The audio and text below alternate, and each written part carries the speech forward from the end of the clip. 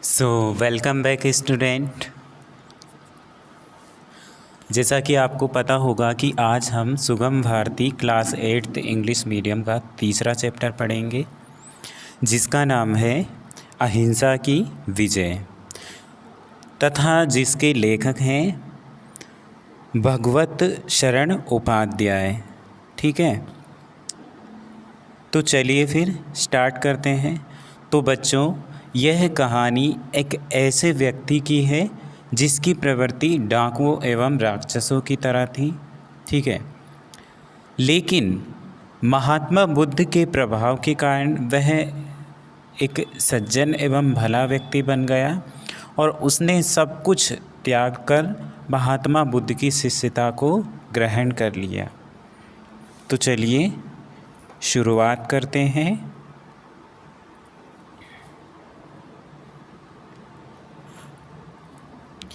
एक बार महात्मा बुद्ध मगध की राजधानी राजगृह, मगध एक राज्य होगा जिसकी राजधानी क्या है, राजगृह, वहाँ से चलकर श्रावस्ती पहुँचे। कौन पहुँचे? महात्मा बुद्ध। अब श्रावस्ती जो है कौशल की राजधानी थी। कौशल की राजधानी क्या थी? श्रावस्ती, जो कि अब आधुनिक में मतलब आज के युग में वर्तमान में अयोध्या के आसपास का प्रदेश उस समय कौशल कहलाता था। अयोध्या का वर्तमान में अयोध्या के आसपास का जो प्रदेश है वह उस समय क्या कहलाता था? कौशल कहलाता था। वहाँ का राजा प्रसेनजीत महात्मा बुद्ध का शिष्य था। वहाँ का जो राजा था उसका नाम था प्रसेनजीत। वे किसका शिष्य था? महात्मा बुद्ध का। ठीक है, श्रावस्ती पहुँचने पर महात्मा बुद्ध ने राजा को बड़ा व्याकुल पाया। राजा व्याकुल लग रहा था महात्मा बुद्ध को, इसलिए उन्होंने पूछने पर राजा ने कहा, भगवान, अंगुलीमाल एक डाकू का नाम है। ठीक है, अंगुलीमाल डाकू से मेरी प्रजा बड़ी त्रस्त है, मतलब डरी हुई है, उससे परेशान है। ठीक है, त्रस्त का मतलब पीड़ित है। ठीक है, इसी से मैं भी बहुत चिंतित हूँ, यानी कि इसी वजह से मुझे भी चिंता हो रही है। क्या करूँ, कुछ समझ में नहीं आता। महात्मा बुद्ध ने राजा को धीरज बंधाया और कहा कि मैं तुम्हारी चिंता दूर कर दूंगा। ठीक है, ये कहा किसने? महात्मा बुद्ध ने। क्या कहा? मैं तुम्हारी चिंता दूर कर दूंगा। अंगुलीमाल बड़ा भयंकर डाकू था।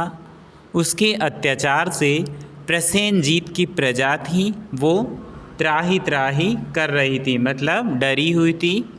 ठीक है, उसने 1000 आदमियों की हत्या करने की प्रतिज्ञा कर रखी थी। किसने? अंगुलीमाल ने। अंगुलीमाल एक डाकू था। इस फोटो में दिख रहा होगा आपको कि उसने किस प्रकार से उंगलियां काट काट कर उनकी मालाएं पहन रखी हैं। ठीक है, और उसके बाद उसने किस प्रकार से अपनी कमर में कठार बांध रखी है। ठीक है, परंतु वह कितने आदमी मार चुका इसका हिसाब रखना उसके लिए कठिन काम था। उसके लिए उसने एक उपाय यानी कि युक्ति निकाली। अब उसको यह पता नहीं था कि उसने कितने लोगों को मार डाला है। फिर उसने एक उपाय सोचा, क्यों ना इनकी एक एक करके मैंने जितने लोगों को मारा है उनकी एक एक की उंगली काट करके मैं उसकी माला बना के पहनूं, तब मुझे पता चल जाएगा कि मैंने कितने लोगों को मारा है। ठीक है, जब भी वह किसी का वध करता तो उसकी एक उंगली काट लेता। ठीक है, जब भी वह किसी का वध करता, किसी को मारता था, तो उसके मारने के साथ साथ उसकी एक उंगली, हाथ की उंगली काट लेता था। ठीक है, और उसकी माला बनाकर पहन लेता था। इस प्रकार उसके पास उंगलियों की एक माला सी बनती जा रही थी जिसे वह अपने गले में डाले रहता। अब देखना, इसी कारण उसका नाम क्या पड़ा? अंगुलीमाल पड़ गया। अब क्वेश्चन में आपसे पूछे कि अंगुलीमाल नाम क्यों पड़ा, तो इस वजह से उसका अंगुलीमाल नाम पड़ा क्योंकि उसके पास उंगलियों की माला थी। ठीक है, अंगुलीमाल का नाम सुनकर देश के लोग कांप उठते थे, मतलब वहाँ के जो लोग थे वो इसका नाम सुनकर ही कांप उठते थे।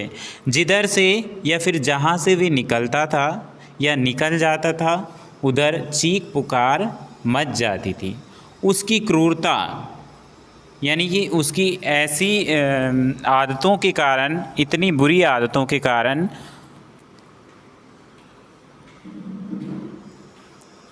ठीक है, उसकी क्रूरता की कहानियाँ दूर दूर के देशों में भी फैली हुई थी कि वह व्यक्ति कैसा है। प्रसेनजीत से विदा लेकर महात्मा बुद्ध उस जंगल की ओर चल पड़े जिसमें अंगुलीमाल रहता था। अब देखिए महात्मा बुद्ध क्या करना चाहते थे, उस अंगुलीमाल का घमंड और उसका अहंकार तोड़ना चाहते थे। ठीक है, उसके मन स्थिति को बदलना चाहते थे। इसलिए जो महात्मा बुद्ध हैं वो प्रसेनजीत जो राजा था उससे विदा लेकर उस जंगल की ओर चल पड़े जहाँ वह व्यक्ति अंगुलीमाल या डाकू रहता था। जहाँ से जंगल शुरू होता था वहाँ राजा की ओर से पहरेदार तैनात थे। जहाँ से जो जंगल स्टार्ट होता था वहीं से क्या है, राजा के जो गार्ड वगैरह लगे हुए थे वही तैनात थे वहाँ पे। तो वो क्या करते थे, वो उस जंगल में जाने के लिए उनको रोकते थे। जो उधर जाने वालों को सावधान कर देता था और उन्हें रोक देता था। महात्मा बुद्ध भी जब उस ओर चले तो पहरेदार उनके पास जा पहुंचा। वह जानता था कि बुद्ध जैसे महात्मा को कोई कुछ नहीं बिगाड़ सकता। वह सेनापति जानता था कि बुद्ध जैसे महात्मा का कोई कुछ नहीं बिगाड़ सकता है।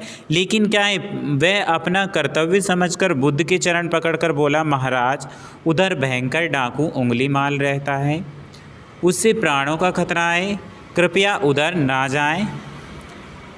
महात्मा बुद्ध हंसे और उन्होंने पहरेदार के सिर पर हाथ फेरते हुए कहा, मेरे लिए किसी प्रकार की चिंता ना करो। फिर वे आगे बढ़ गए। दोपहर का समय था। चारों ओर पेड़ों ने छाया कर रखी थी। जंगल की राह चलना आसान नहीं होता। महात्मा बुद्ध भी जंगल में चलने की वजह से कुछ थके थके से लग रहे थे, पर वे रुके नहीं, आगे बढ़ते गए। उनका हृदय संसार के कष्टों को देखकर दुखी होता था। उनका हृदय ये सोचकर दुखी होता था कि आखिर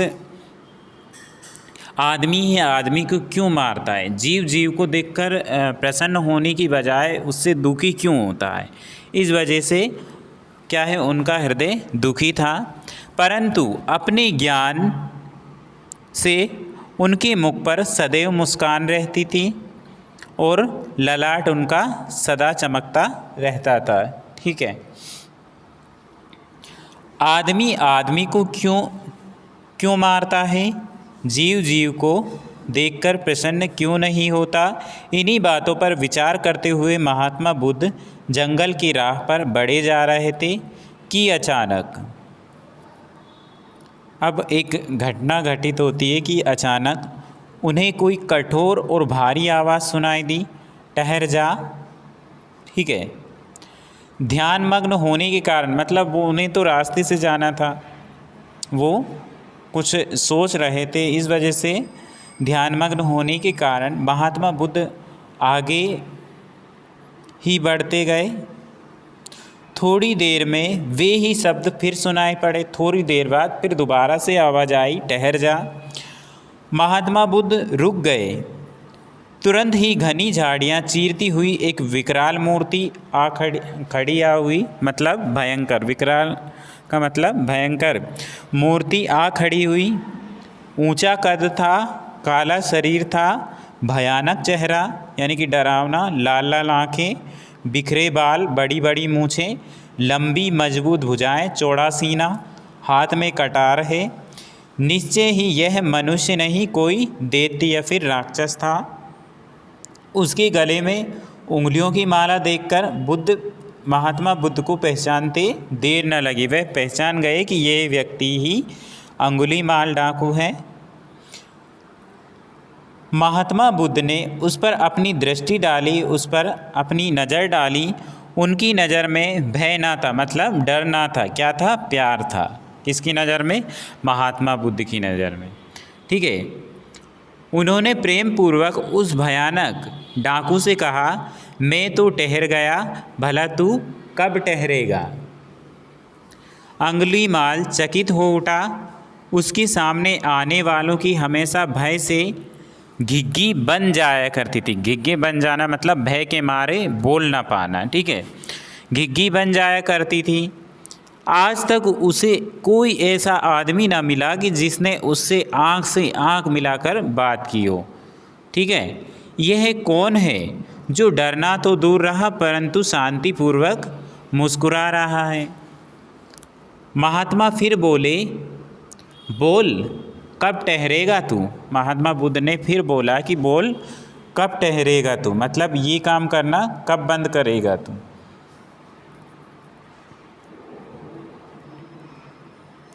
अंगुलीमाल पर महात्मा की बातों का जादू सा असर कर गया।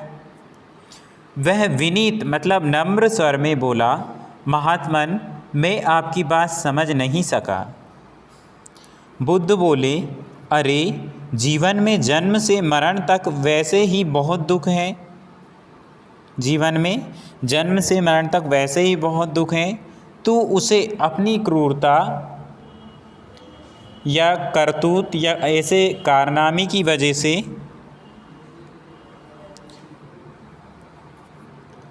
क्यों बढ़ा रहा है? मैं तो ज्ञान प्राप्त कर बंधन से छूट गया, पर तू जो इस प्रकार मार काट का काम अभी भी करता जा रहा है, इनसे कब छुट्टी लेगा? बोल कब ठहरेगा तू? अब देखिए, वह डाकू जिसने डर कभी ना जाना था, वह आज तक किसी से डरता नहीं था, जिसे सारी दुनिया कांपती थी, आज एक निशस्त्र मतलब उनके पास ऐसे हथियार या शस्त्र भी नहीं थे, वे कैसे थे? निशस्त्र थे। तो आज एक निशस्त्र महात्मा के तेज से कांप रहा था। सहसा वह बुद्ध के चरणों में गिर पड़ा। अचानक से वह बुद्ध के चरणों में गिर पड़ा और बोला, महात्मन मुझे राह दिखाएं, मेरे सामने अंधेरा ही अंधेरा है। इस पर बुद्ध ने उसको शांति, दया और प्रेम का उपदेश दिया। अंगुलीमाल की आंखें खुल गई, उसके मन का अंधकार दूर हो गया। उसने अंगुलियों की जो माला पहन रखी थी उस माला को तोड़ डाली और कटार दूर फेंक दी। अंगुलीमाल ने हिंसा का जीवन मतलब कभी किसी भी प्रकार की हत्या ना करना, ऐसा जीवन सदा के लिए अपना लिया। ठीक है, और हिंसा का जो जीवन था वो सदा के लिए त्याग दिया और वह भगवान बुद्ध का शिष्य बन गया। ठीक है, तो चलिए स्टूडेंट, हमारी आज की क्लास अब यहीं समाप्त होती है।